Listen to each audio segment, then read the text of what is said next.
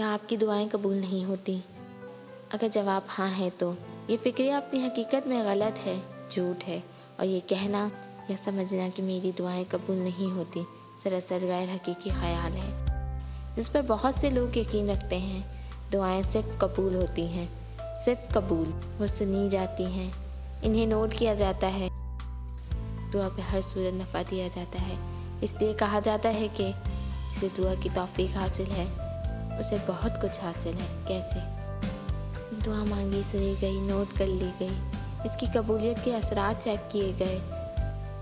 अगर असरात हक में बेहतर नहीं निकलते तो फिर इसके असरात के मुताबिक माहौल बनाने का वेट किया जाता है।